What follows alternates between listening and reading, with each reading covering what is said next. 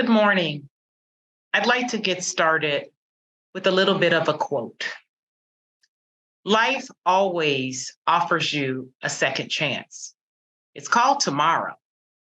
Sometimes in life, you're not always given a second chance. But if you do, take advantage of it.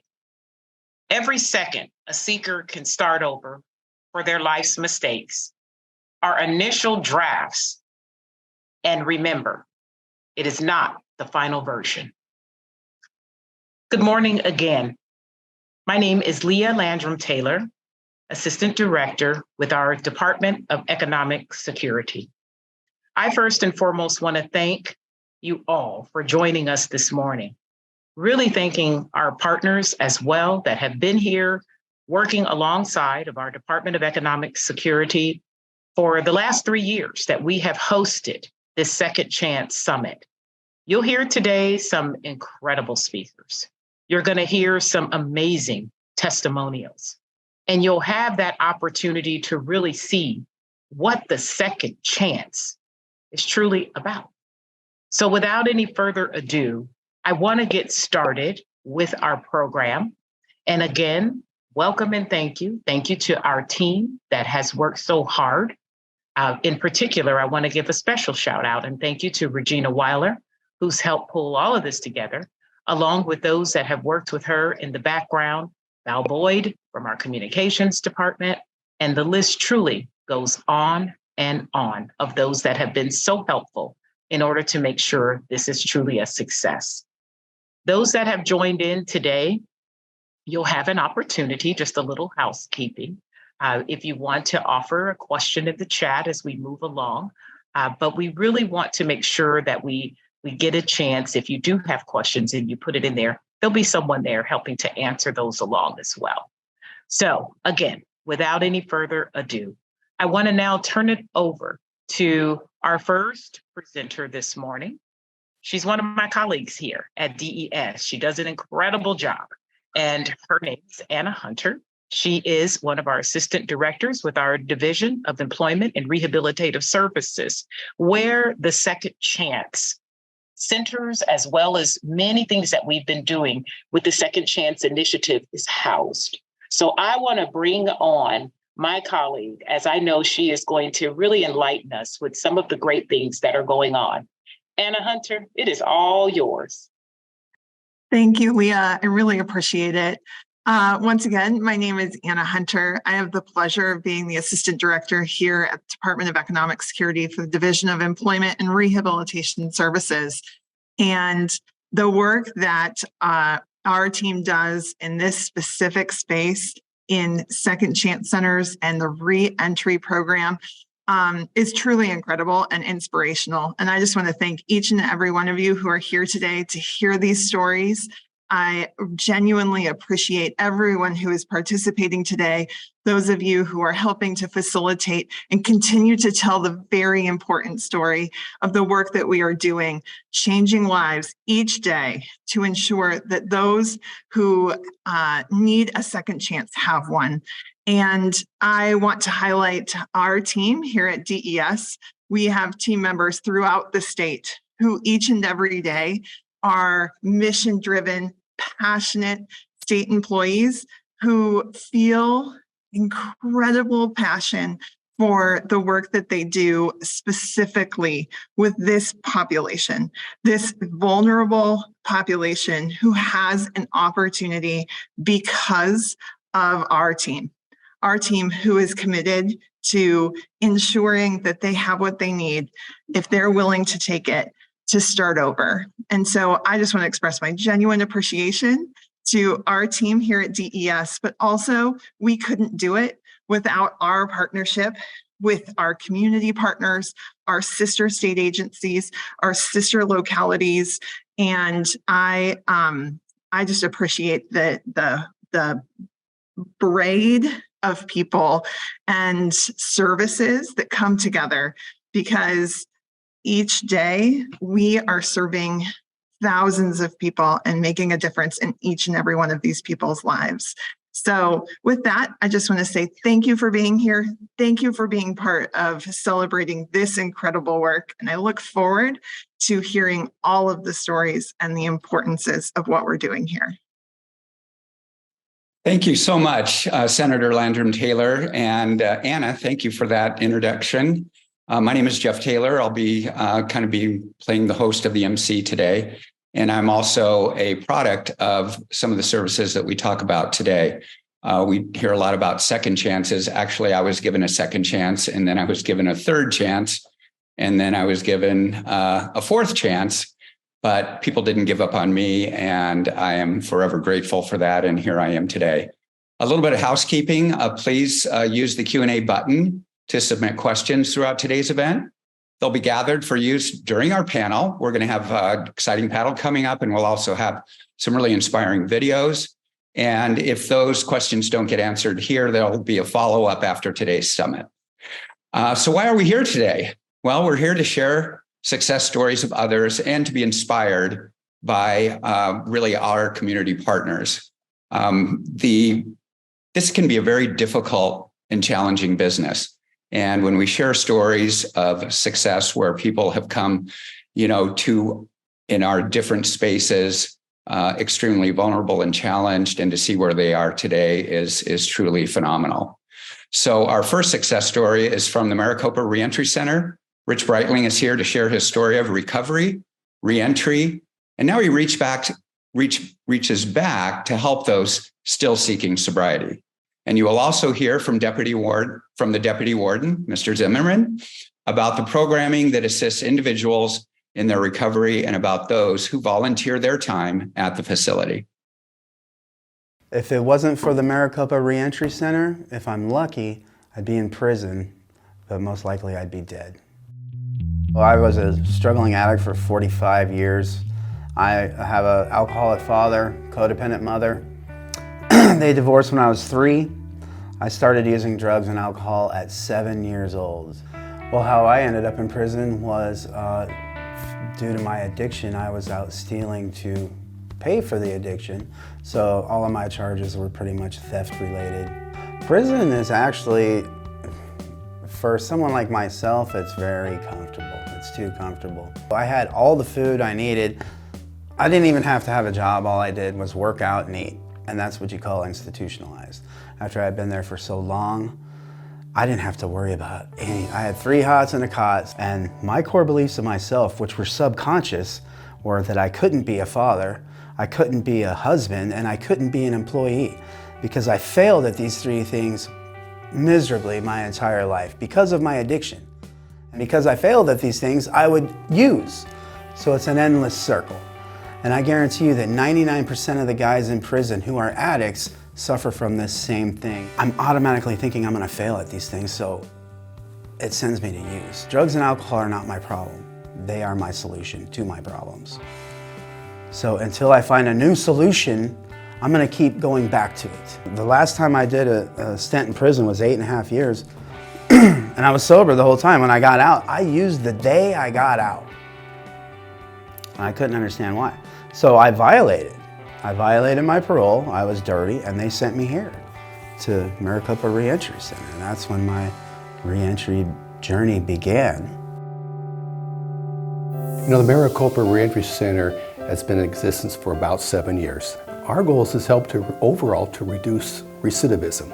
And so we offer services to give them a chance to push that restart button and to help in their reintegration back into society. To help men who are dealing with substance use disorder. We do it with certified clinicians, through our contractors, through our staff that we have here. We also provide programming in collaboration with our community partners, such as Iron Sharpen Irons, religious organizations, universities, and other state agencies such as Department of Economic Security.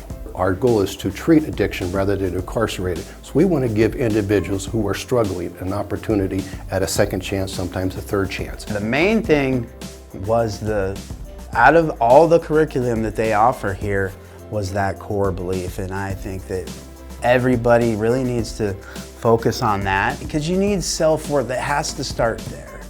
I truly believe that. You have to care about yourself, you have to love yourself, and you have to know that you are worthy of love in order to move forward. So I think core belief was the cornerstone for me. When I was at Maricopa Reentry Center, that's when I identified these beliefs, and then when I got out, I tried to put it into practice. Okay, I can be a father, I can get a job, I can be a husband, and I succeeded at these things. It's just a matter of staying sober. I mean, there's a lot of pieces to the puzzle that gave me the tools I need to succeed. And I think that really identifying the core beliefs and surrendering myself to God are the two things that really kept me sober I'm coming up on 5 years sobriety now. What really helped me a lot when I was here was testimony. Guys coming in who are like me from prison, that were heavy hitters on the yard, that are doing it, you know, God's way now and successful and sober.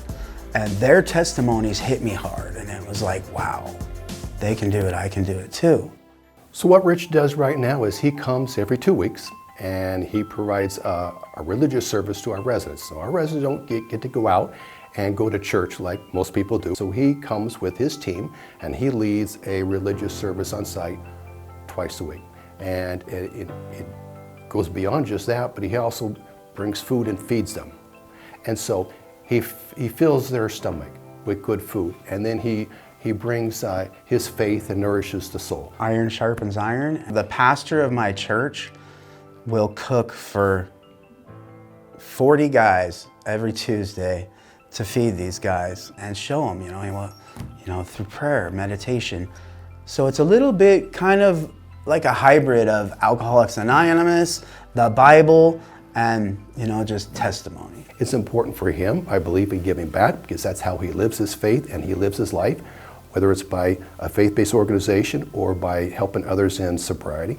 But here he does both of those based on the population that he serves. 99% of the individuals who come to prison get out, and they go back to their communities, to their homes, to their neighborhoods from which they came. That means they're coming back to society. And if we don't provide the services and the help that they need to do it successfully, the odds are they won't be successful and they can come back through and recycle again. We don't want that.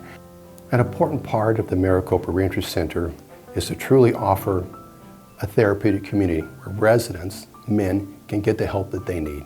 We treat them as individuals. What we see is the potential in individuals to change. We walk that journey with them while they're here. What I wanted more than anything as an adult was to be a good father and husband, and I'm that now. My daughters, both of them, they've never seen me high or drunk, and God willing, they never will. I'm very proud of my business. My wife is a recovering addict as well. She runs her own business, and I sparked her up into doing that, and we're just, we're not hugely successful. Our bills are paid, and I have time to do God's work. I'm very proud of who he is and what he does right now and how he gives back to the community. And as a peer, he comes back and says, if I can do it, you can do it. And he's a great role model for our residents. And so I'm excited to see what he does. Not just, it's amazing who he is today, but I'm even more excited what he's going to do tomorrow and the day after that. Wow, I love stories like that. I was really touched by what Rich said about being incarcerated for 8 years, and yet he used on the day that he got out. And that really is a reminder how patient addiction can be. And Deputy Warden Zimmerman, I'm going to steal that line that we're not going to incarcerate addiction, but to treat it. So thank you both very much for the partnership with the Arizona at Work and the DES reentry team. Their success stories are built on collaboration and partnerships. So moving on to our next speaker, and DES success story is Tina O'Neill. And let's take a look at her story. I think it was in 2021, and then see what's happened to her since and where she is in life today. My name is Tina O'Neill, and I am a PSE 2. I have been in Arizona for about 3 years now. and I've been at DBME, and April 18th will be my year. When I moved to Arizona and started living with my sister Regina Weiler, of course, and she got me started with a small group at the Dream Center and gave me a safe place to live so that I could learn how to be a family member and start making friends here. And then she kept me posted on jobs. I was too afraid to apply at DES because I had no skills. So I took a computer course, a Microsoft 365 course, and learned computers. And then I applied for the job and I got the job. On October 10th of 2012, I went to jail for the last time. I came from a very traumatic childhood, which bled over into went on for my adult years until I had created such a prison for myself that I didn't know how to get out of it. So on October 10th, 2012, I went to jail for the last time, and I also hit my knees and I accepted Jesus Christ as my Lord and Savior. And that's when my uphill journey began. I did 14 months in a recovery center. I did 2 years of community control, and I finished my probation. After that, I just worked and just did the best I could in Florida.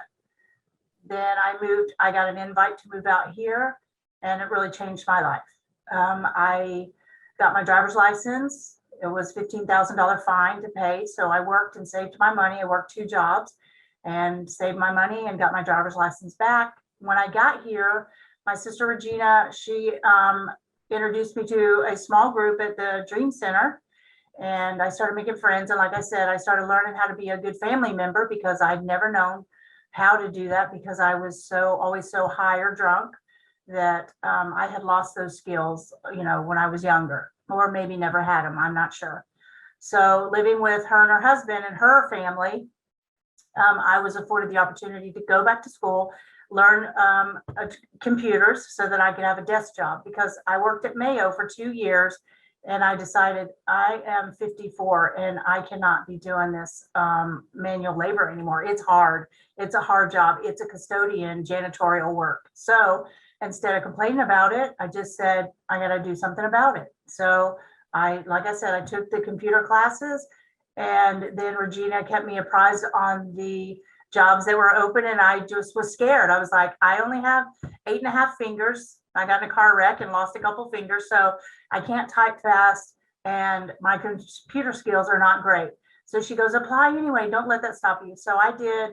I went to the interview. Then they did ask me about my felonies on the application, but I went to the interview and they never asked me. But the gal that was interviewing me said if I got hired, she really wanted me on her team. She was super excited to have me. And so I told her, okay, here's the deal. I need to tell you that I am a convicted felon and I have drug charges, and I have been clean for almost 9 years. So that it won't affect my job, but I just want you to know that when you do a background check, you're going to find a whole lot of stuff going on. And it was like a month later, and then they called me, or they sent me an email and told me that they were offering me the job. I couldn't believe it. I was like, oh, thank you, Jesus. This is amazing. So amazing. Only God can take a drug addict and make him a state employee. And that is what I always tell everybody. Don't give up on your dream, because I just a year ago was cleaning the hospital 10 hours a day, pushing a cleaning cart around. And now I work from home. I have a desk job. This is my office. And I work at DBME, and it's amazing. It's great. I'm awesome on the computer now. I can do I do sometimes 15 calls a day in work cases, so many cases. So, and I am, I've always been an overachiever, but it's nice to be an overachiever, and I'm sober that I can take part in it and take pleasure in it, be excited about something and be proud of myself for doing something good. Now I have retirement. Now I have medical. Now I have a job that, is going to take me into the future. I have a career now that it was never possible before, because I was struggling it was always manual labor. So now I sit behind a desk for 8 hours a day, and it's amazing. And all the glory goes to God. And I just want to thank Arizona for this second chance. It really is a good program, and it helps people like me who have been out of that kind of life and who want to stay that way and really need a leg up to get started, to get their foot in the door. So thank you. I'm just really super grateful and thankful. And because of DBME and the DES program, the reentry, I'm able to have a future when I just really threw my life away for so many years. Don't be afraid to try. Just don't give up. Put yourself out there to learn how to accept help from others. You have to humble yourself and know that you need help, and you have to let other people help you. Because you don't have the answers. I didn't have the answers. I needed guidance. And I got that through, my sister, Regina Weiler, and DES, DBME. Everyone's been great, and they've helped me along the way. People really want to help people. And that's what I say, humble yourself, let people help you, ask for help. It's been about 2 years since my story aired, and I am currently a PRSS at People Inc. in Sallisaw, Oklahoma. My journey began at the state of Arizona when they gave me a second chance at a job. That opened the door for me. They gave me an interview even though I was a convicted felon and I had a history of drug abuse. I had been incarcerated many times. I went in the interview being totally honest with them, and they hired me on the spot. It was a wonderful interview. We all laughed, we all cried. It was great. I worked for the state for about 2 years, which gave me a leg up on the job that I do now, because I was running 13 to 15 programs a day per client, and it also gave me the interaction that I needed with people to get more familiar with helping them and connecting them to resources. I went on vacation here, came to vacation here in Oklahoma in July, almost 2 years ago, and for some unseen reasons, I went on a job interview here at People Inc. And I told the Lord, if this is where you want me, then have them secure the job before I leave. Well, they secured the job, and I went back to Arizona and worked out my last week there, and I got hired, and I moved here to Oklahoma, and this is what I've been doing ever since. They paid, here at People Inc., they paid for me to go to peer recovery support school, and I got my certification, and also wellness coach. And now I am able to help those that were the ones like I was when I needed a hand. We are not micromanaged, so People Inc. gives us the freedom to counsel these people in areas that we excel in and the things that we have experience with, our lived experience in jail and fines and resources and whatever it is that they need, we do our best to help them. And that's what I do here. I love my job. On the weekend, I work for People Inc. as well, taking care of 3 gentlemen with developmental disabilities, and I love it too. I feel like I was born to do this, and I just want to thank God first always, and the state of Arizona for giving me a leg up and making this possible. And People Inc. is an amazing place to work, and I just love my bosses and everybody that I work with. My lived experience actually qualifies me for this job because our clients need compassion. When I was out there in drug addiction, I was hopeless and I was living in darkness, and I had done so many things and was dealing with so many issues from my past that I didn't know how anybody could help me or how they could love me. And so when our clients come in, they need the judgment removed and they need compassion. They need people that care about them and that want to give them another chance in life and give them hope. And that's what we offer here is hope. And that's what I live every day to do, is to bring hope to my clients that are living in darkness or just coming out of it and they need resources and they need help getting a driver's license. They need things printed up for them to get documents that they haven't had in years, everything that's been lost in the world that they've been involved in. And that's what I'm so happy to be a part of now. So how do I know I'm making a difference? When I get a text message saying, I got visitation, or I have court next week to try to get, custody of my kids back, or Miss Tina, I got my driver's license today, or I got my birth certificate, I got a copy of my GED, and then there's a couple of the clients that, they tell me that they're so glad that I'm here that they didn't know how they would make it, without me being here. So and I work with a wonderful team, and we all have the same thing in common. Our one goal is to come together and love these clients and just help them with anything that we can. You know, there's a legal side to it. We work with drug court, so they have things, rules and conditions that they have to do over there at drug court. And then we are the counseling and the nurturing and the loving, kind of like a big hug for them. And you need both. We have to have both. So we have to have the rules and condition and consequences. And then we come alongside them and just connect them with resources and help them, you know, whatever it is that they need. We bring clothes, diapers. They come to us if they just want to talk. You know, they call, text me anytime they can. They know that, you know, unless it's after 9 o'clock because I'm in bed, they can talk to me about anything. And we encourage it. You know, all of our, all the people here, the counselors here, we all have phone numbers ready and available for them to call us at any time. So yeah, we just all come together, and the clients express to us how much and what a difference we're making in their lives. And we are emotionally invested. Like, we are invested when they get good news. We are so wonderfully overjoyed for them. And when they're sad, we cry with them sometimes, you know. We just really are invested in their success as well. And I needed a leg up. I needed someone to help me. And somebody was there for me, and I just want to return all of that love and kindness and the start that I was able to get. And part of that and most of that was from Arizona. I think that's just fabulous. It's wonderful to see Tina's ongoing success and using her career to help others with her lived experience, what I like to call a unique perspective. Compassion and connection are keys in Tina's journey. And researchers are accumulating evidence to support a theory that substance abuse is caused by, more than anything else, either a lost sense of connection or they never had connection, which leads us to our next part of the program with the Gospel Rescue Mission and the Center of Opportunity. We're making success possible for those who have recently been released back into their communities. And here is a success story that was provided by Lisa Chastain and her team. So we'll see the video of the success story, and then I will introduce Lisa, who is our keynote speaker today. My life in addiction was miserable.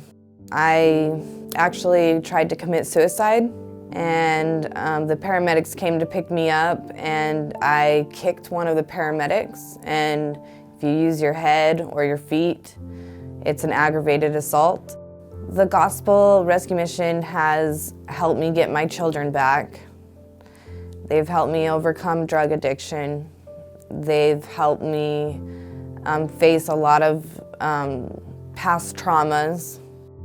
The people we serve here are special. They're important to us. We serve anybody that is hurting and broken. If they're experiencing homelessness, that this is a place of hope for them, hope and healing. We serve anybody that is broken, that they are unhoused, but they are struggling with addiction. Gospel Rescue Mission has always welcomed those that are incarcerated straight from jail or prison. We've had advocates go to the actual court hearings and advocate on their behalf.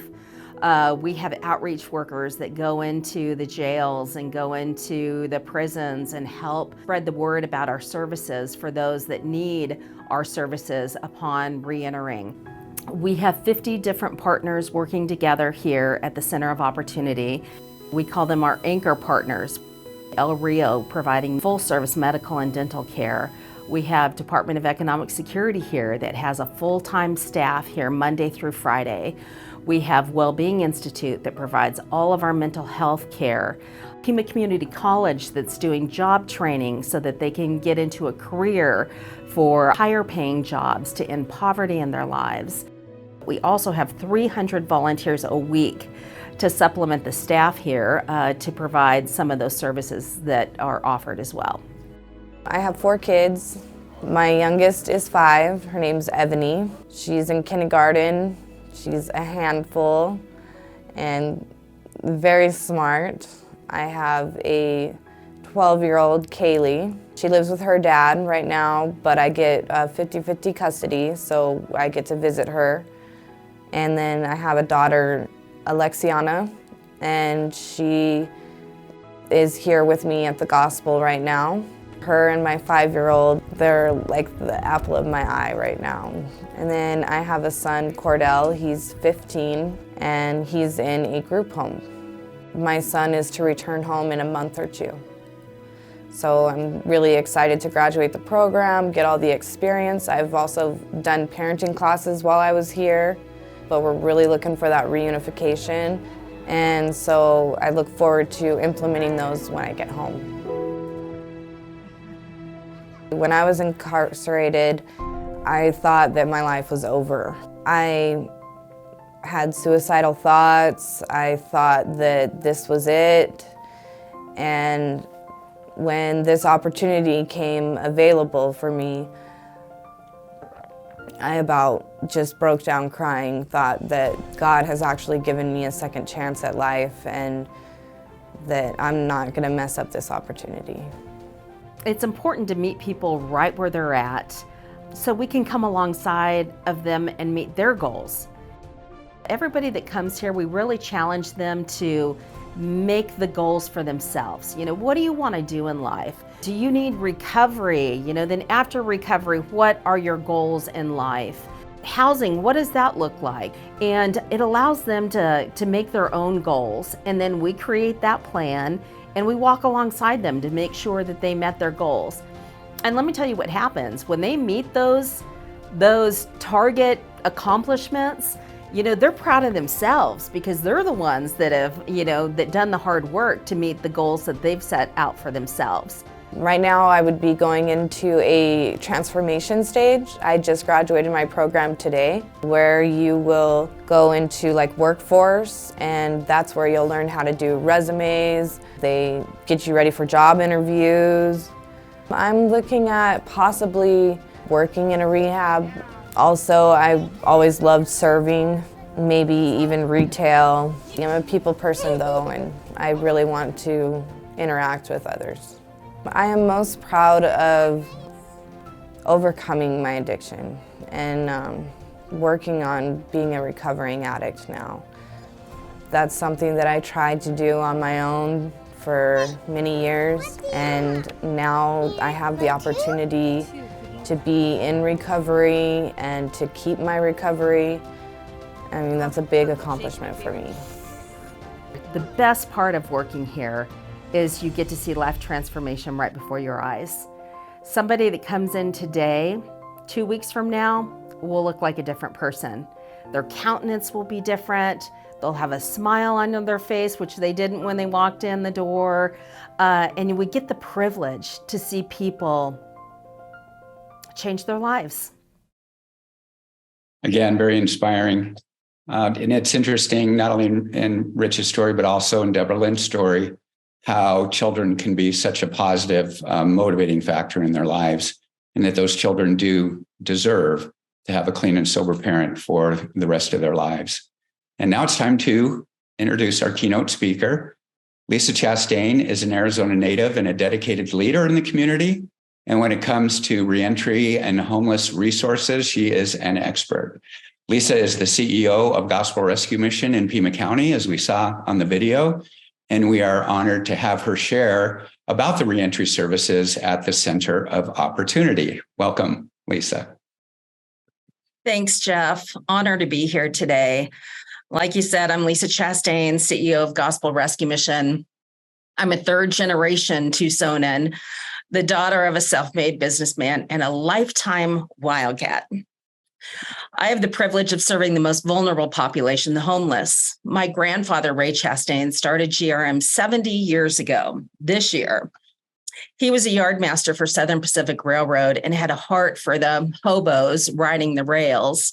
That compassion led him to leave a lucrative career at the railroad and start the mission. I consider it a privilege every single day to carry on the good work that he started. The face of homelessness has certainly changed over those 70 years, but what has remained the same is the sense of hopelessness that comes with being homeless or incarcerated. They feel rejected by the world. They have a lost sense of humanity and a lost sense of who they are in society, who they are to God, and a sense of purpose. GRM strives to provide hope, restore dignity, and to meet people right where they are. We have a slogan here, taking people from homeless to wholeness. What does wholeness mean to us? Well, it means restoring people's mind, body, and spirit. Their mind, mental health care, self-assuredness, confidence. Their body, medical and dental care, self-care, exercise, nutrition. Their spirit, forgiveness, redemption, and purpose. Restoration of the mind, body, and spirit. What we are seeing now is that people are homeless primarily because of drug and alcohol addiction and mental illness, and most of the time, all of the above. In 2017, God moved upon the hearts of Humberto and Zarina Lopez to provide a place that would house multiple services under one roof to help those in need and treat them with dignity and respect. The place now, the Center of Opportunity. But who would host this place? What they didn't know at the time was that God had given Gospel Rescue Mission a dream for a larger facility to serve more people. Our hearts collided for a divine purpose, and the dream soon became a reality. We opened the Center of Opportunity in June of 2019 with a full capacity and more than 30 organizations working together to bring hope and help to the broken. After 2 more years of building and adding 6 new buildings on the 8-acre campus, we expanded the services and beautified the campus. We now have over 50 partners here at the center, and it's the collaboration with all these organizations working together under one roof to bring life-changing services to those that are broken. And that makes the Center of Opportunity such a unique place. The center is a collaborative campus that encompasses all the services and programs to move people from homeless to wholeness. We're addressing the root issues that cause people to be homeless in the first place. At the center, we welcome all who want to end homelessness from their life with love, grace, dignity, and respect. We provide nutritious meals, a safe place to sleep, and services and programs to put them on a pathway of success. The Center of Opportunity includes 350 shelter beds, 700 meals a day, chapel and pastoral care services, addiction recovery services, mental health services, medical and dental, government benefits, job placement services, job training for many trades for higher paying jobs, veteran services, 100 one-bedroom affordable housing units, counseling service, trauma classes, a wellness center with a full workout facility, a library, and so much more. Over the last almost 4 years, we've served 8,000 guests with services. We've served over 1 million meals and provided 250,000 nights of shelter, 39,000 shelter nights for children. We have placed 1,100 of our guests in brand new jobs and transitioned 1,500 of our guests to permanent housing. To date, we have had 13 states come and visit the center for inspiration to do the same in their cities and states. It's cliche to say that we're better together, but we are better together. The crisis of homelessness is messy, and it will take all of us providing different solutions, working together to see people's lives transformed. The center is a collaborative effort. One of our first partners we sought after to bring medical and dental services was El Rio Health.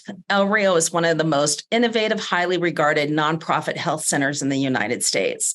We're blessed to have them here at the center to provide full service medical and dental. Also, in the beginning stages, we began discussions with DES. 90% of the people we serve are on government benefits or in need of benefits. So it was important for them to have an office here to meet the needs of our guests. DES also assists us with workforce development. And Tim Tucker and his team and the Arizona at Work team has been a blessing from the very beginning. We also knew from the planning stages that the center, in order to end the cycle of poverty, we were going to have to provide job training for trades that would offer higher paying jobs. After 2 years of searching for the right partner, we're excited that Pima Community College was added to the list of outstanding service providers, providing certification for careers in IT, culinary, CDL driver's license, construction trade jobs, and logistics. As you saw, Wellbeing Institute partners together with us to provide behavioral health care. They have 2 full-time clinicians on property to help with counseling, trauma classes, and individual trauma treatment. GRM individually case manages each guest we serve. People are not formulaic. We need a customized plan for all who comes in. We bring them in the first week and give them educational assessments, mental health evaluations, medical and dental exams. Then we meet with them and discuss their goals. What is it that you want to achieve? We come alongside the guest to help them accomplish the goals that they have set for themselves. Even though each guest is individually case managed, the length of stay typically falls in 3 buckets. People come in for emergency shelter. They need a break from the elements. They want to come in and get a shower and have a safe place to sleep and have meals. They can stay a maximum of 7 days. But it's our job as caseworkers to build relationships around them while they're here, and to really build that trust so they can trust us to get the real help that they really need. People come in seeking jobs or housing that are typically here 3 to 6 months. So if they're seeking employment, it's not just us finding them a job. Certainly we do that, but after they have a job, then they save enough money to actually successfully move out on their own and have enough money for their first and last rent, enough money for them to be on a pathway of success. The other thing that Gospel Rescue Mission does for those that are transitioning into housing is that we collect in-kind contributions from the community and inventory them in and give them absolutely out for free to low-income families. But what that does to the people who are moving into independent living is that we can go ahead of them and furnish their entire apartment, give them a bed, give them furniture, all the way down to their glasses, their plates, their silverware, so that they don't have to worry about furnishing the apartment themselves, which is a blessing and another way to set them up for success. The other reason that people are typically here is for addiction recovery. Gospel Rescue Mission has a faith-based addiction recovery program. It's not for the faint of heart. You know, we have found that people have experienced 30, 60, 90-day programs that have not worked for them. And so our addiction recovery program is a 12-month-long program. So we walk through them their journey of recovery, deal with the root issues of what that looks like, give them the tools for success, surround them from community, not only within Gospel Rescue Mission in the center of opportunity, but connecting them with outside community so that they are successful when they leave. So that is Gospel Rescue Mission. We are here to serve all of those that are in need. I thank you so much to Regina and your team. Regina is a dear friend of mine.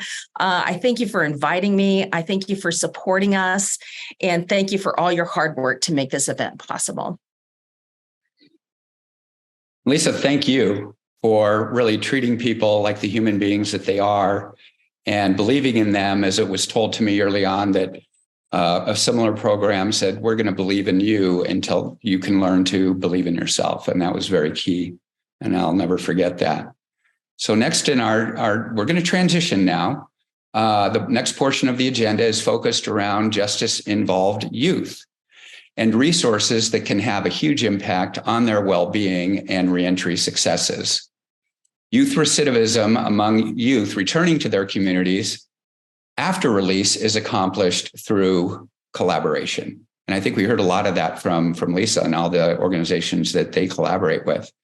These partnerships and programs being highlighted next assist in promoting positive youth outcomes and increase public safety overall. Since recidivism equals crime, if you reduce recidivism, we're making a safer community. So our next speakers will share how current work in youth reentry is being established and implemented for success.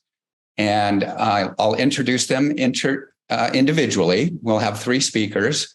The first is Andy Ridley, and juvenile corrections staff have become credentialed to provide the Arizona Career Readiness Credential, or the ACRC, to youth at Adobe. The ACRC is a tool designed to improve participants' hard and soft workplace skills, resulting in a certification they can present to potential employers to demonstrate mastery of employability skills and their certification levels. Our next speaker can share updates about the ACRC at Adobe and elsewhere. And please welcome Andy Ridley of the Office of Economic Opportunity.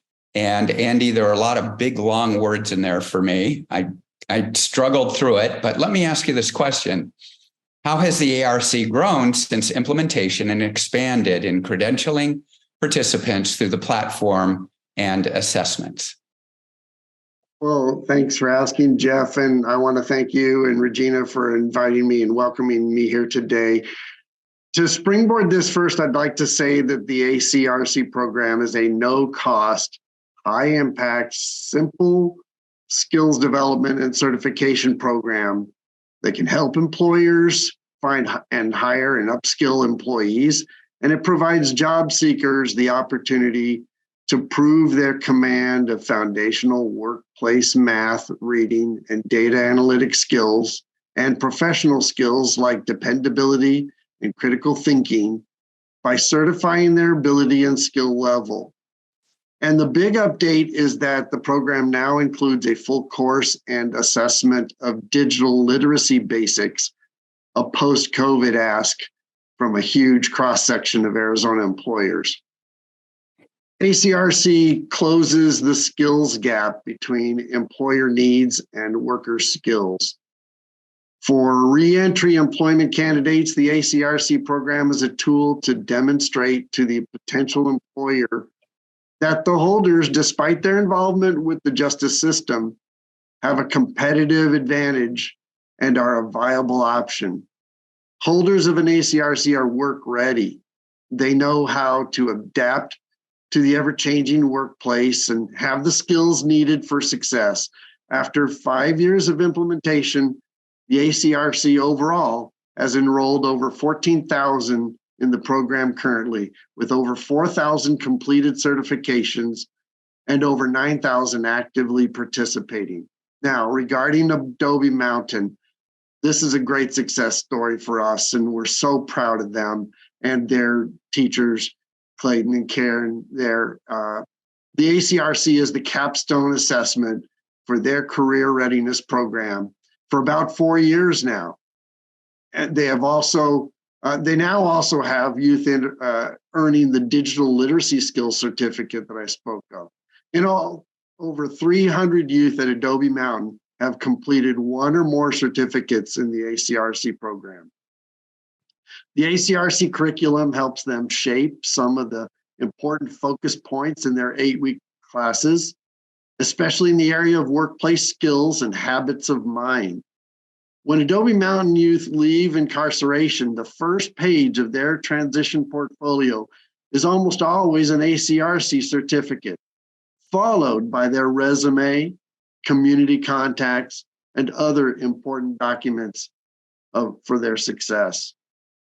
At the program level, we have piloted the ACRC for incarcerated adults at Red Rock with great success. And our vendor has developed the technology to download the program onto a server, overcoming a past tech issue of needing live internet to make it work. So in a sense, that's my report for you at this point.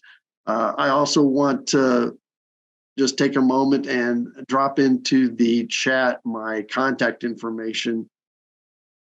So you should be able to see that at this point.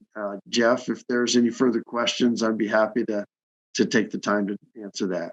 Thank you, Andy. And there is a question in the chat, and you could probably answer it very quickly. Is the ACRC, is that just for youth or adults also? Well, like I was already saying, then, yeah, it's a all ages program. I mean, obviously for work entry and work skills upskilling. So maybe not the 8 to 12-year-old age group, but certainly from high school on up, we've had some great success for the program, as you can see from the numbers I already shared. Andy, thank you so much for the work that you do and the changes in youth. I'm big on youth prevention and putting investment in youth, and you're really at really what I call in the trenches. So thank you for that. I appreciate the invite. Thanks again. Moving on, ASU has also been working with Adobe Youth to broaden participation of incarcerated youth in STEM fields, and James Short is here today to talk about this project. Welcome, James, and let me ask you a question here. Could you give us a brief description of the ASU Insight project at Adobe Mountain School? How is it affecting the preparedness of youth for employment post-release? Good morning, Jeff. Thanks for having me. First off, I'd like to say this is a great venue. I appreciate all the stories. I appreciate all the services that are being provided here. ASU, I'm a research director for a small research team at ASU. We've been working with Adobe Mountain for the last decade on projects focusing on education, transition, reentry, and workforce development. Our current project is Project Insight. And of course, it's a fancy acronym, integrating STEM into education for incarcerated youth. It's a NSF, National Science Foundation funded project.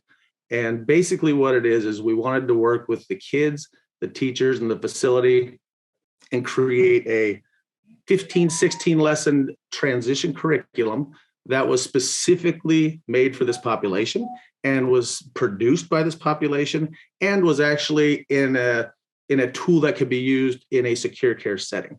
So we have partners for University of Amherst, and we have basically developed a 15 lesson curriculum that is an app. And each lesson that we created, we did a co-design process with the teachers and the students. So every time we actually created a lesson, we ran that lesson by the students and got their feedback so we could actually create a student-driven curriculum.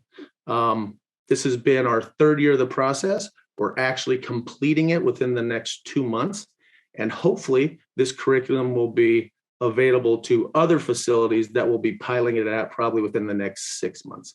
This basically it's a curriculum, not just workforce development, not just getting these kids prepared to go out in the workforce and learn the soft skills, but it's really allowing them to kind of look at what their own goals, vision, mission, what they want to achieve when they get out before we start diving into the actual career exploration process. And I think that's a big thing because a lot of the kids inside the facilities think, oh, this sounds like a great job until they actually get out into that field and they don't particularly think it matches their personality, and they end up quitting.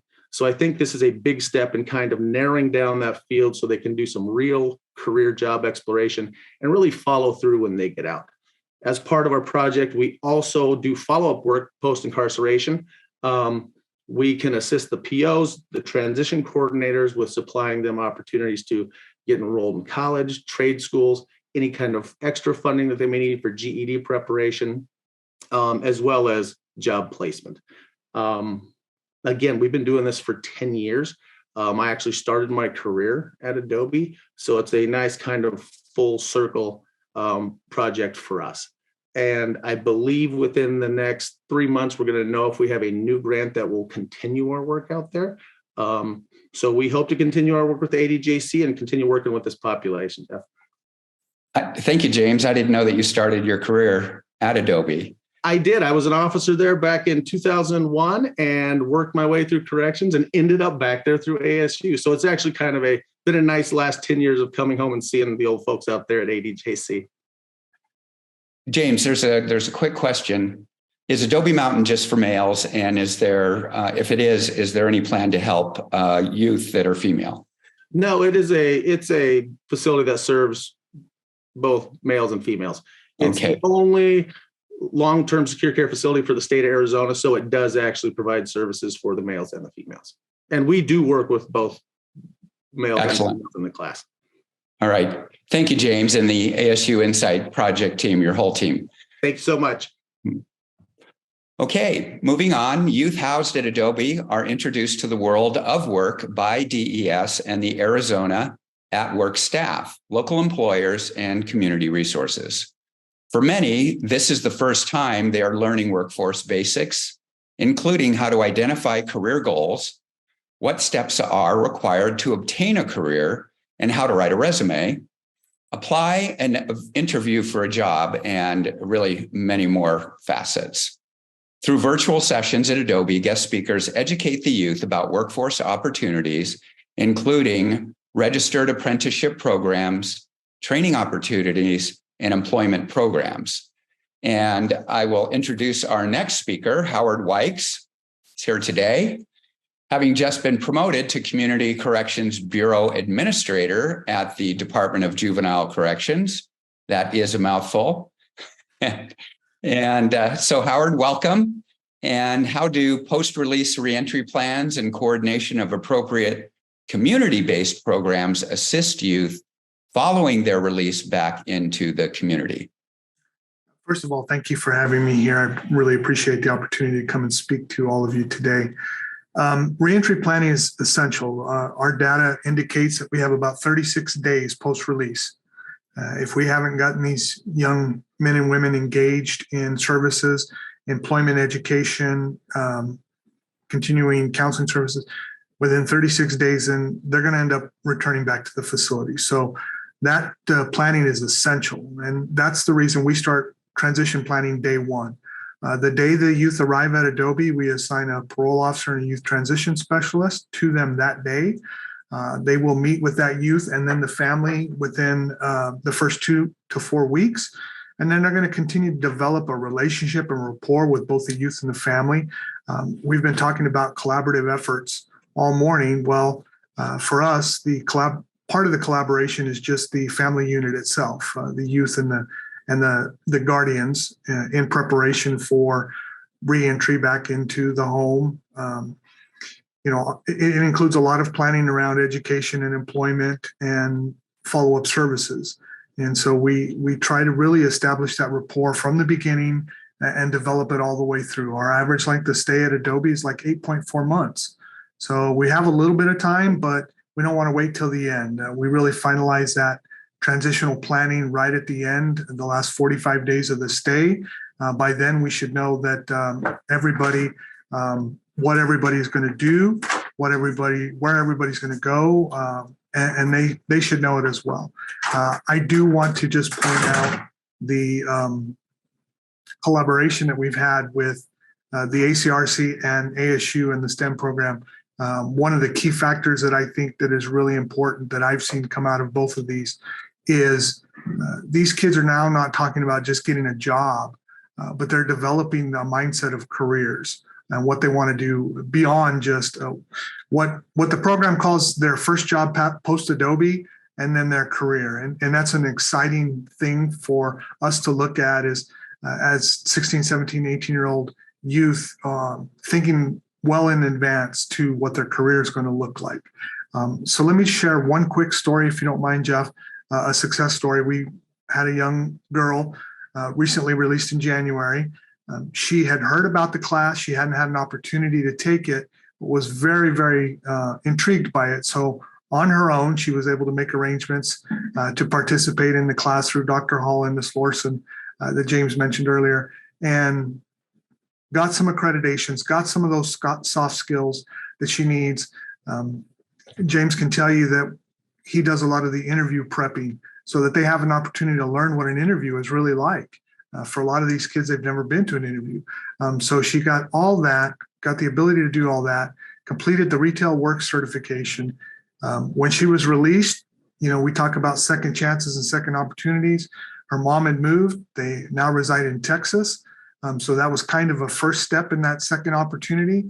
She went out, she applied for a job at a local cafe restaurant, and she was able to secure a position as a hostess and cashier because of her experiences through the ACRC and the STEM programming that both Andy and James talked about. So it really is a benefit to us. You know, for years, all these kids thought about when it came to employment was fast food. It's the only place that I can get hired. And now their mindset is completely changing. They're looking into the future. They're looking at what opportunities they may have for these careers rather than just a job. Howard, that's in my opinion, which from experience is we can do a great job while individuals are incarcerated. And you can mitigate that if you don't have that connection in the community and to have that support in the community, because you come out with the same challenges and barriers, and helping individuals navigate that is oftentimes the road, the fork in the road in which way they go at that point. So thank you so much, Howard, for absolutely doing. Okay, now we're going to move on to our panel. And we have some great panelists today. Each of them have been so gracious to take time out of their really busy schedules to celebrate and commemorate Second Chance Month.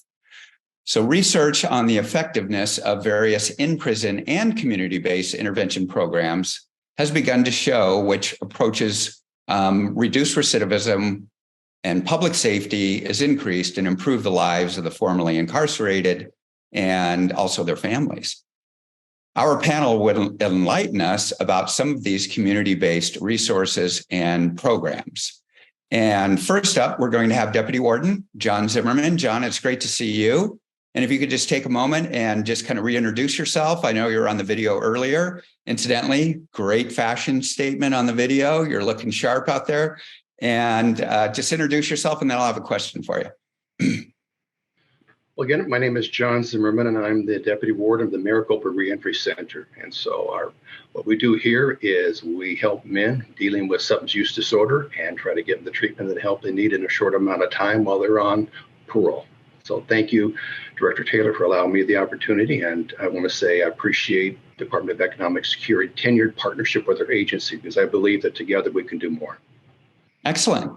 And how does substance abuse disorder treatment affect the success of those returning to the community, as well as and really focusing on long-term, because it's just not, how does somebody do, 6 or 9 months down the road, but long-term, and how do you facilitate that success?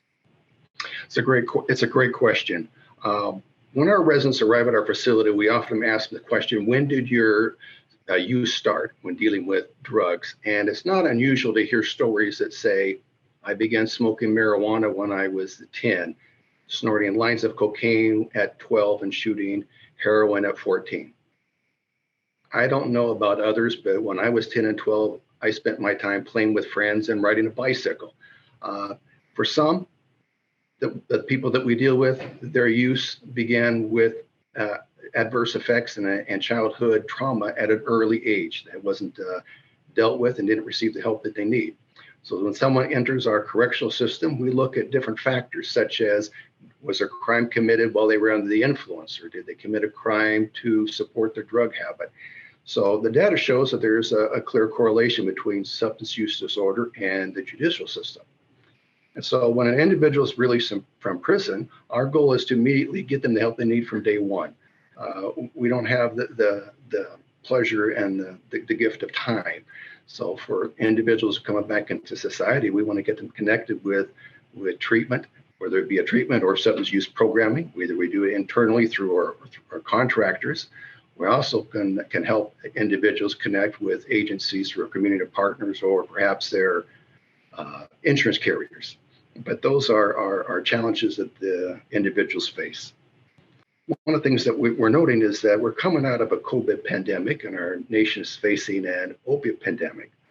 Drugs are becoming smaller in size, more affordable to get, and they're becoming more potent. And when our population leaves prison, they're coming into contact with drugs that they don't have experience with. It's a new drug for them, it's new to their body, and they are facing an epidemic that they're not used to and don't have a history with. So they're struggling with that. I had a conversation yesterday with one of our residents, and he was sitting at a picnic table. And he told me, I've been sober for 38 years. And I said, that's great. And he has a job, a well-paying job. He has a safe place to live, and he has bought his own pickup truck. When I asked him what had happened, he said he got a phone call from a friend to go out with, and he knew he probably shouldn't do it, but he did anyway. And he used drugs he'd never used before, and he relapsed. And so he's here at our facility, and today he's getting the help he needs. So I'm very happy with that. But substance use treatment programming is needed, whether it's inpatient or outpatient, whether we do it or it's with a contractor, with our community partners. When our nation, and especially Arizona being a border state to the drugs that come in with fentanyl, the interventions needed desperately. But to be successful in the reentry process and assimilate back into society, those struggling with addictions need assistance immediately. They can't wait. But I would be remiss if I didn't mention that the behavioral health services also need to be available for individuals who are dealing with the childhood trauma that in some ways has begun this whole process of drug use. So thank you. John, it's really good to see you. Hope to see you soon. Okay. Thank you again for the work that you do. And anytime that I can come out and reconnect with you, please let me know. Now we're going to move on to Shonda Breed, Adult Probation Services Program Manager, and also in the office of, AOC is the Administrative Office of the Courts. Pretty good, huh, Shonda? You're good, Jeff. If you could just take a moment and introduce yourself, and then I have a question for you. Yes. Again, like Jeff said, I'm the Director of Adult Probation Services, working under the Arizona Supreme Court, if you ever see this building downtown behind me here, under the guise of the Administrative Office of the Courts. So what that means is that we help with the rules, regulations, training, technical assistance for all the county probation departments. So if you work with Maricopa County Probation Department or Gila County Probation Department, we work with all of them. We're in direct contact and connection with the chief probation officers. Our teams help the education department with our probation officer academy. We have about 80,000 probationers on probation at any given time in the state of Arizona. Now, that doesn't include juvenile probation. That doesn't include federal or tribal probation. It doesn't include any type of community supervision and parole. So that's just adult general jurisdiction probation in the state. Wow, 80,000. That's amazing. Now, this question I could answer myself, but I'll just be the show and tell guy on this question that you're going to answer here. So what role can probation play to help individuals have successful transitions back to the community? We can do so much. The last 20 years, we've really been working on looking at what we do, right? So we've been able to point the finger at ourselves to say, what are we doing that's not working? How come our probation tactics aren't pushing folks to success, right? And about 20 years ago, we were playing this game of conflict, right? Being this authoritative person that maybe wanted to control the situation of someone that was going through the criminal justice system. And as you know, with any conflict like that, let's just, an analogy of maybe a child with a teacher that doesn't like to teach and doesn't like kids, you're going to get this, right? And so we had to take a good hard look at ourselves and follow the research and say, what is working out there? So fast forward to now, about 2019, we developed our statewide reentry program. And that was very, very key to helping with those coming out of incarceration, because normally probation, you think of it as the precursor to the next step of incarceration or prison, right? But we were seeing a lot of folks coming out of prison on a probation tail. So we had someone new in our offices out in the field that we were working with. We did a lot of training on that. And we also changed our policy, which is key. We all know if we don't change our policy, probably not going to happen, right? So we changed our policy to provide a reach-in component prior to 90 days of release. A lot of great collaboration with Department of Corrections. They provide us a list so that we can do that reach-in. We are making the probation officers have a personal reach-in person or virtual, face-to-face, or a phone call, right? You're talking to a real live person here, and to work on a release plan.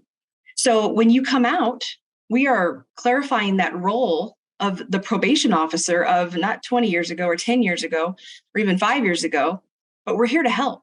And so what that is doing, it's driving down the recidivism rates and the absconder rates when someone is transitioning from incarceration into the community, right? Also, we have empowered the probation staff to work with these folks about 6 months after release, okay? So instead of just going right to the conditions of probation and trying to enforce those, we are actually saying, probation officers, guess what? We're giving you some time, okay? You're going to breathe, you're going to pause, and you're going to allow for this person to actually have a good transition period. So we're going to focus on critical needs, right? Housing, food, maybe someone's, mental health, how to get on the right foot, how to start this the right way, because we want to reduce recidivism. So it's huge steps that we've been taking. The most recent step is that we've condensed the terms and conditions of probation. So you may know this, terms and conditions of probation may be pages and pages long, right? Our latest terms and conditions of probation form has 22 standard terms and conditions of probation someone has to abide by, or else they'll get violated, right? We've condensed it to 9. We did a lot of work on it, and we're pushing it toward guiding someone and their behavior in the right direction. So just some things that we've been working on and doing to really change the culture, that we are part of their journey, right? And we are an advocate for them when they are released. Shonda, you mentioned the stack of paperwork. So I remember 1995, just getting out of jail that day, and my intensive probation officer met me at the treatment center, and I had to fill out that stack of paperwork. And at the end of that, it was really, it was like overwhelming.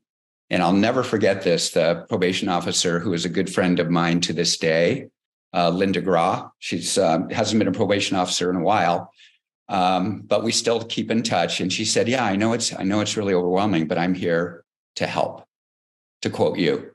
And that's the first time that I had heard those words, "We are here to help," from anybody. And that was one of the major reasons why I'm here today. So thank you for all the good work that you do. I know it's difficult, but you keep up the good fight. Okay. Thank you, Jeff. Thank you. All right. All right, moving on. Our next panelist is Jerome Parker from First Christian Church. And Jerome, if you could just spend a moment to introduce yourself and what you're doing at First Christian, which I have witnessed myself. Haven't seen you in a while. Jerome, good to see you today. Good to see you too, Jeff. Thank you all for your attendance. Thank you, Regina, for the invite, and the whole team at DES and what you guys are doing. So my name is Jerome Parker. I serve as a community pastor at First Christian Church. And in a nutshell, my job and responsibility is to ensure that our church is relevant in the community. And so if our church magically ceased to exist for any reason, if the neighborhood would not miss us, then I'm not doing my job well. So it looks a lot of different ways, a lot of different days, but I'm excited about what I get to do and serving people. And you also have a real heart for the homeless, which is, issue that is, we have many justice involved individuals that are homeless, and how your church has opened the door to this population has been phenomenal. Could you share a brief success story that you've witnessed at the church? Absolutely. As you mentioned, Jeff, we're heavily entrenched in serving the unsheltered population or people experiencing homelessness for whatever reason. It's been such an amazing journey We have people that we go to on the street. We talk about Jesus, we talk about life, we talk about sports, we just humanize them. And some of these individuals have just gravitated to that love and shown up at church on Sunday morning, shown up for work projects, and just responding really well to love. So that's been great. And one of the success stories that really comes to mind in terms of the work that we do as a church in the incarceration space is a great friend of mine who has since passed away. But his name was Kevin Buchanan, and he did a stretch of about 25 years. And I used to always tell him that no one would ever know that he spent 2 minutes inside of a prison unless he told them. I used to tell him that he was the fourth Hebrew boy, because the Bible says that they didn't even smell like smoke after they were in the furnace. And there's no, the typical stereotypical things that we associate with people that have been incarcerated. You would just never know. He has such a big heart for people. And his life, even though it was cut short, he maximized every minute, every second, every iota of his life was poured out to serving people, whether that was people in the church, whether that was people outside of the church. Kevin would go to Teen Challenge and speak and do chapel there. He had several mentees. He and I used to talk, and we would have our iron sharpening iron sessions. He started several of his own businesses, and he was just a remarkable man. And everybody that came in contact with him was better, without question. And so, I'm just excited to be in this space, to be able to have witnessed Kevin's life. To be in a space to witness other Kevins, both male and female. And so, I just want to encourage everybody to continue to do what you're doing. What you're doing is making a difference, it's making a change, it's making an impact, and it's certainly making things better for all of us. So thank you. Jerome, excellent. I'm always touched when you mention the word love. And these are people that haven't likely been loved in a while, if ever. And they're also oftentimes not treated very well. And so they come into your environment and you value them, as a human being and love them through it. Thank you for the work that you do very much, Jerome. Thank you. Thanks for having me. Okay, our next panelist, DES continues to contribute a great effort in reducing barriers for those reentering the community. Tim Tucker is here with us to highlight some of those areas. And Tim, if you'll take a moment to introduce yourself. I'm not going to really go through your whole title because I don't think that would even fit on a business card. So I'll just turn it over to you to introduce yourself. Well, thank you, Jeff. Tim Tucker, Deputy Administrator with Workforce Development Administration. And we administer 13 of the state's workforce programs, which our reentry program falls underneath it. Excellent. What kinds of support and services do individuals reentering the community need to sustain workforce participation and to really avoid going back? Great question, Jeff. Individuals reentering our communities have a lot of challenges to overcome. That is why it's important that they have a solid support system and all the resources available to them. Obtaining and retaining employment is a key factor in the success of returning citizens. Employment on its own is not the end all be all. They need to be mentally, physically, emotionally ready to keep that job. DES, under the Arizona work, we provide comprehensive pre and post release support to these individuals to be able to enter the workforce. Through workforce readiness preparations that include soft and hard skills development, vocational training, interview, resume preparations, job training, and many more items that we provide these individuals. We also work closely with other DES programs and community agencies on additional resources that these returning citizens may need. When we're looking at our DES reentry program, I think it's important for us to really take a step back and look at it. We look at it as in two parts: prison-based reentry services and community-based reentry services. Each of them provide those services, as I mentioned before. Prison-based reentry services, they include our second chance centers. We have a strong partnership with Arizona Department of Correction, Rehabilitation, and Reentry. That is a 60-day volunteer program where we have teams embedded at Iastawah Unit, at Perryville Prison, which is the female prison, Phoenix West here in Phoenix, and Manzanita Unit in Tucson, that we provide those services to those individuals 60 days from the gate. One of the other programs that we have providing services to those individuals inside the prison is our RED program, Resource, Employment, and Development. That was developed back during COVID. Department of Corrections and DES team members identified a need to provide services to these individuals. During that time, there was no client movement across the state. So therefore, the second chance centers were on pause. And the teams got together to develop this program where it's a 30-day program, all virtual, transmitted. Currently, we're in 16 separate state prison units and 1 in-person unit. I want to really add our most recent addition to our prison-based reentry services is our Partners for Reentry Opportunity in Workforce Development, PROUD. It's a PROUD grant.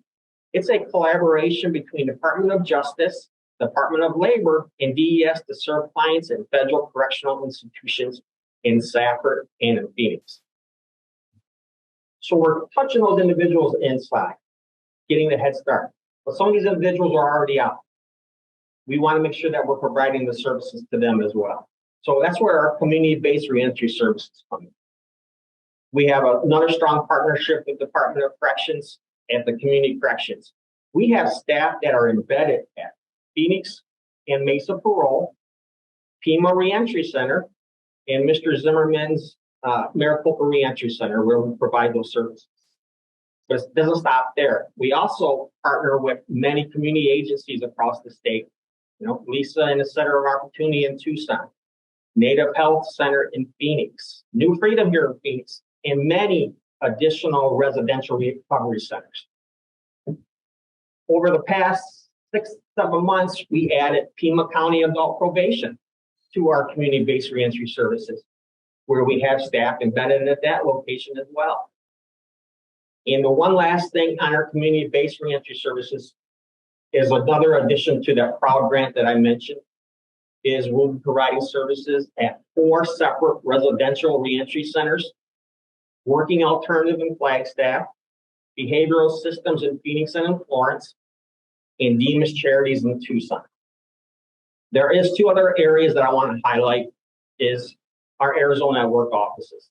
We have Arizona Network offices across the state that have a robust list of services that they can provide these clients as they come into our centers.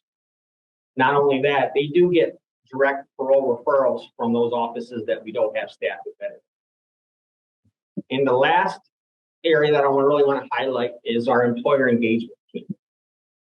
They work with employers on the benefits of considering hiring justice-involved individuals, as well as holding hiring events inside the second chance centers. So we have hiring events inside the prison, at the parole offices, and our community agencies. And we just happened to have one yesterday at Pima County Adult Probation, where we had 102 job seekers, 11 employers, and 5 community resources. I think it was a very successful event. And as I wrap up, you know, the growth of this program since inception has led to today's ability to serve approximately 55% of those recently released from state prison. And as funding opportunities expand, so will the ability to serve even more. And the success of our program is because of our dedicated teams, our dedicated partners, and the clients who are ready for a change. Mm-hmm.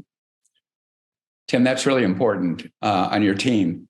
I remember hearing from several clients, it's not so important. It is important, but the way it was framed, it's not so important of what you know, it's that you care. And this population really picks up on, do you care? So again, thank you, Tim, very much. And so I'd like to, this is kind of a panel, so I'd like to go back to Jerome. And Jerome, I want you to really kind of expand on beyond, your organization, First Christian Church, but how can the faith-based organizations and other churches support people that are reentering the community and really kind of focusing on longer term connection? Yeah, I think that in terms of churches and faith-based organizations, it just starts with three basic things. One is understand that the church is for everybody, right?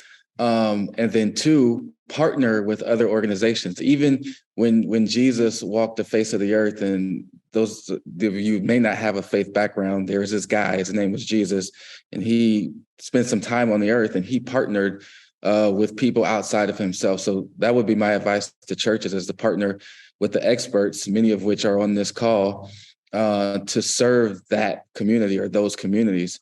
And then three, ask yourself, who's in the pews, right? How can we help? Who do we have that attends our church community on a week in, week out basis that could provide some benefit to those that are previously incarcerated or maybe formerly experiencing homelessness or currently experiencing homelessness?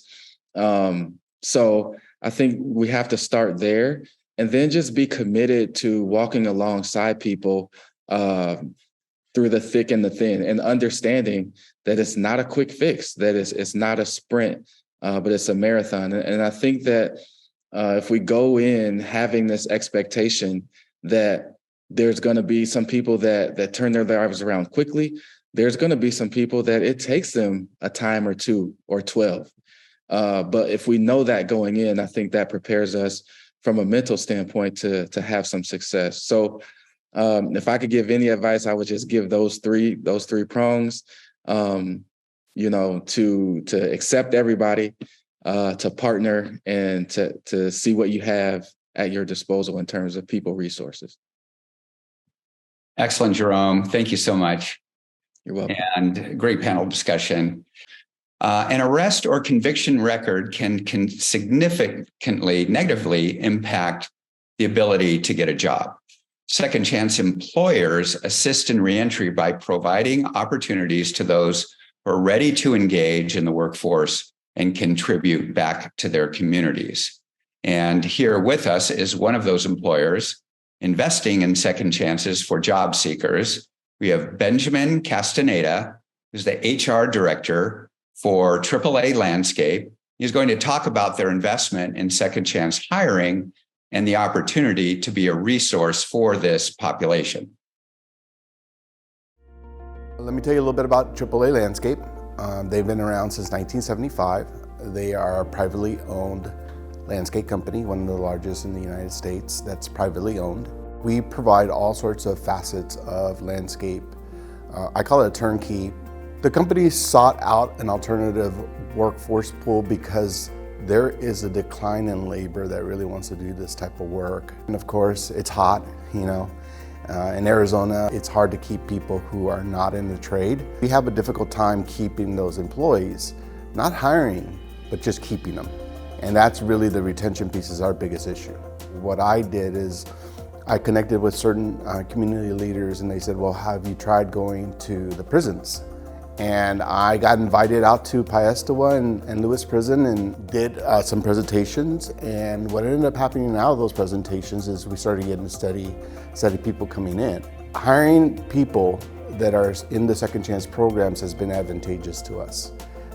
It has increased our workforce, it increased our level of employees, and we've grown consistently over the last 3 years because of it. We've taken some unusual steps to help our second chance employees be successful in their career. We've recently hired an employee life resource coordinator in Christian Bajorkas, and his sole job is in the HR department, but it is to find assistance for people, not only for second chance people, but for any person that comes to us and says, I need help. I'm currently the Employee Life Resource Coordinator. We work hand in hand with the HR department. And my job is basically to make sure that our employees have what they need to succeed in life.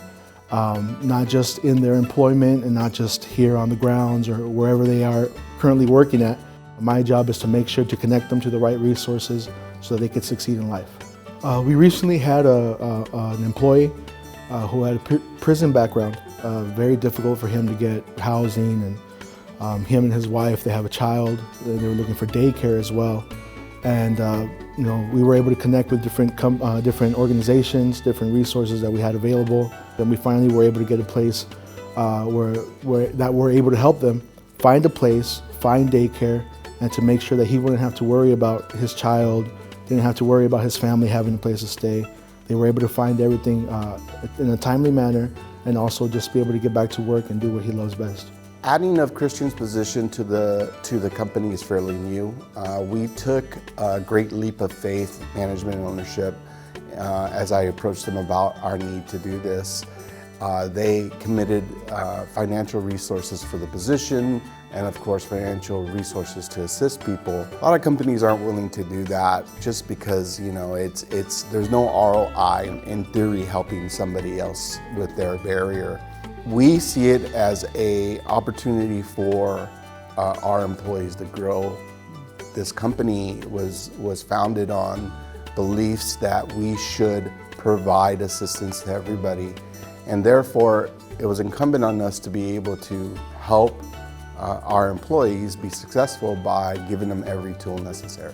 Our motto is we beautify the world, and I don't think that's just landscaping and construction. I don't think beautifying the world is limited to that, but also to be able to give someone else a chance to beautify the world as well, not just through their employment, but in their life. So we look forward to many more Arizona employers engaging in the employment of the formerly incarcerated. I find that people that are doing well, that are staying on the beam of recovery, that they're very loyal employees and they're very grateful. We have heard some really inspiring stories today of success and information about how the community really plays a key role in that. And as an attendee of the summit, you'll receive a list of reentry resources discussed today, and keep an eye out for that in your email. And I believe that we now have a graduation video that we'll move to, and then final thoughts.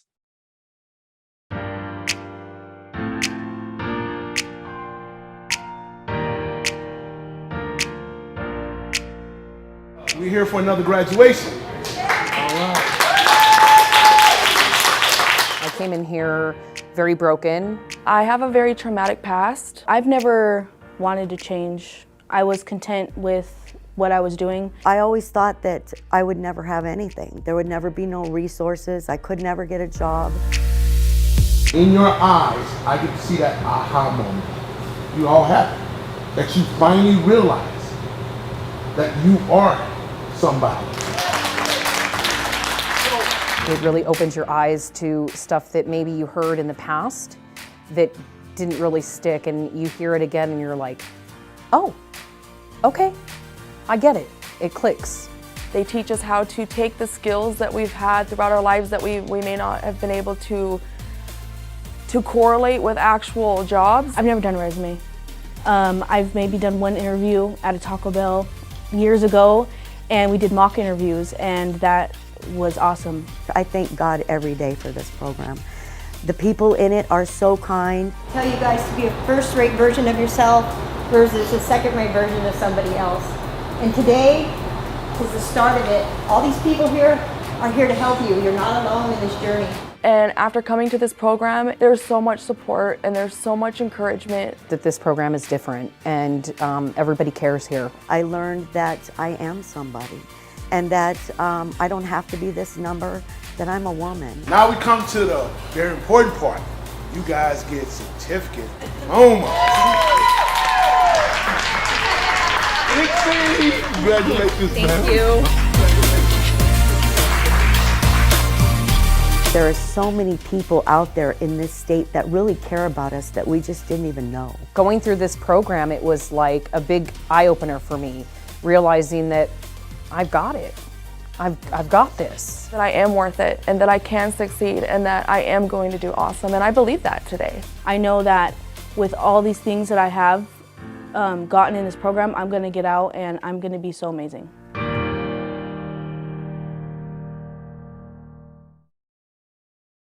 Okay, great. To close our event, we're honored to have DES Deputy Director, Leona Hedges. Leona? Good afternoon, everybody. Wow. It's really so many incredible stories of success and support. It is impossible to wrap words around the difference you've all made, and I'm not going to try. I see we are over time, so no worries. I'm not going to try to do that, but really thank you to those of you who took this huge step to participate in and support this commitment to second chances. I think we've all heard this is a new chapter in your life. You're turning the page, starting fresh. What's going on with this effort is just so much more than that. It's really more, there's an author, Joy Bell, that said, this is not the beginning of a new chapter in my life. This is the beginning of a new book. And that first book is already closed. It's ended, tossed into the seas. This new book is newly open and it's just begun. That's what you're making possible by joining the program, by supporting it. I've been in human services for well over 25 years now. The support, just the effort, commitment that we've heard today from everybody, from the individuals to turn their lives around is unsurpassed, really, what I've seen in any other program, and I've been in many programs. So just thank you all for participating and for all of the supporters of Second Chances. Thank you. Thank you so much for being here and giving us those closing comments. It's always good to hear from your colleagues on how well you're doing and does your work matter. And I certainly appreciate that. And I'd like to really thank everybody today that participated on this celebration. And we'd also like to thank the team that provided great support for this DES event. There's a lot of video shot, a lot of interviews, a lot of organizations, and there are a lot of people behind the scenes that we'd like to thank, like Val Boyd and the DES video production team, the Office of Community Engagement, the DERS reentry team, and my friend and colleague, Kathy Burr, at the Office of Legislative Services, and a special thanks to the event planner, Regina Weiler, that made us all look good today. And again, thank you for joining us and really celebrating all of the successes. Your work matters.